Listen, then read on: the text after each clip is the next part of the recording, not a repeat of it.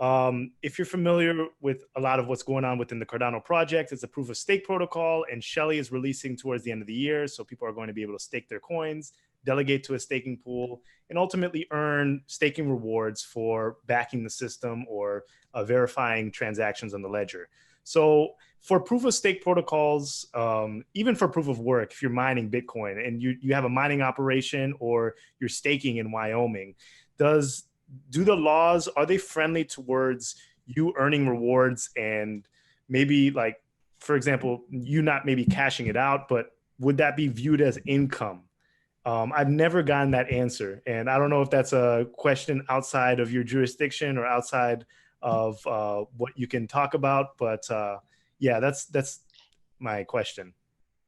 Yeah, it's a very good question. I can't answer that because I can't give tax advice, but I will. I'm so glad you brought this up, because one of the questions that some folks ask about the Wyoming laws is, wait a minute, how do I join a staking pool? Right. So for staking coins and pooling together to enhance your returns from staking, there are a lot of incentives for you to go into staking pools. So can a Wyoming financial institution offer staking as a service to its depositors?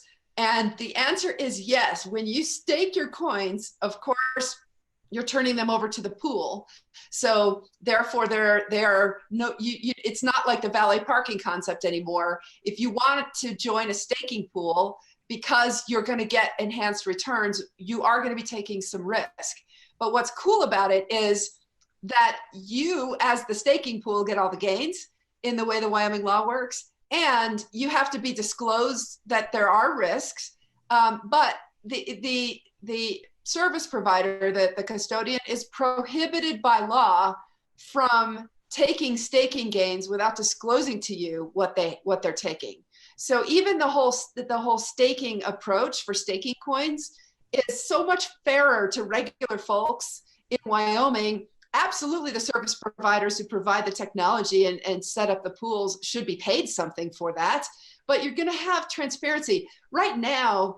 When you participate in securities lending, for example, in the traditional securities industry, there is zero transparency. You're going to earn some extra income, but what you don't know is what your broker's keeping. There's no disclosure of whether they're getting 90% of the economics or 10% of the economics. No one knows, because there's so much complexity in those markets that make it easy for them to hide. So the concept that we had in Wyoming is, we're not going to prohibit participants from choosing to pool their coins to enhance staking gains.